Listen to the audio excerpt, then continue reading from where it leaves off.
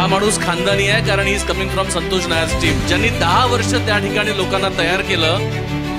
पहिले 10 वर्ष 20 वर्षात बिझनेस बदलायचे. आता डिस्ट्रप्शन बिझनेस मध्ये खूप कमी कालावधीमध्ये येतोय. त्याच्यातून आपण काय चेंज केला पाहिजे? सर, सध्या कॉम्पिटिशन खूप झालेली आहे आणि कॉम्पिटिशन मध्ये आपल्याला जर ग्रोथ करायची असेल तर सिस्टम्स आणि प्रोसेसेस लावणं खूप गरजेचं आहे. तर मी त्या घेण्यासाठी इथं आलो. बिझनेस मध्ये खूप वेळ देतो आणि ऍक्च्युली हा टाइम मला फ्री करायचा आहे. मला ह्या लेवलला जायचंय की मी जेव्हा क्लायंट सोबत डील करते तेव्हा मला माझ्या सिनियर्सची मदत मला नाही घ्यावी लागणार. या की पॉइंट साठी मी आज इथे आहे. मी आर्किटेक्चरची स्टुडंट आहे. मला माझ्या फील्डमध्ये स्वतःची ओळख निर्माण करायची आहे.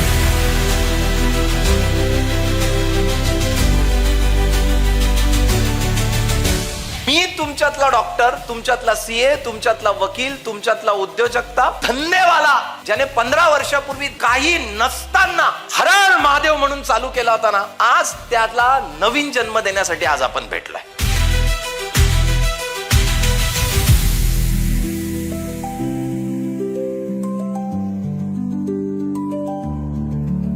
काही लोक गोल ड्रिव्हन असतात, काही लोक हे एम्पायर ड्रिव्हन असतात आणि काही लोक पर्पज ड्रिव्हन असतात. आणि पर्पज ड्रिव्हन तीच लोक होतात ज्यांचं उद्दिष्ट क्लिअर आहे.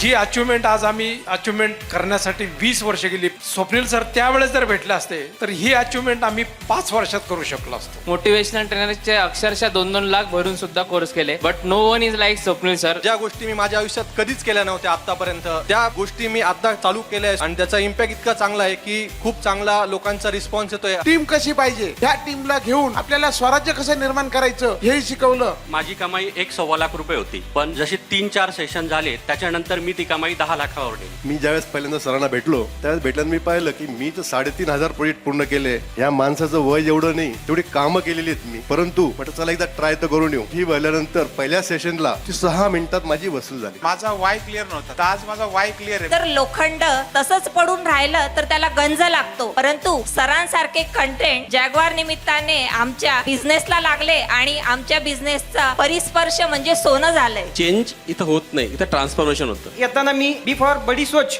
घेऊन आलो होतो, आता बी फॉर बडा बिझनेस हे घेऊन चाललो.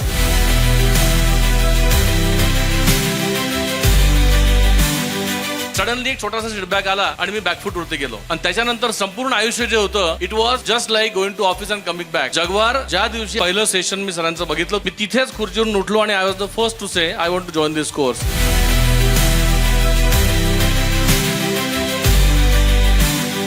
ज्याचा इम्पॅक्ट स्ट्रॉंग, ज्याचा मार्केटमध्ये झेंडा रोवला जाणार.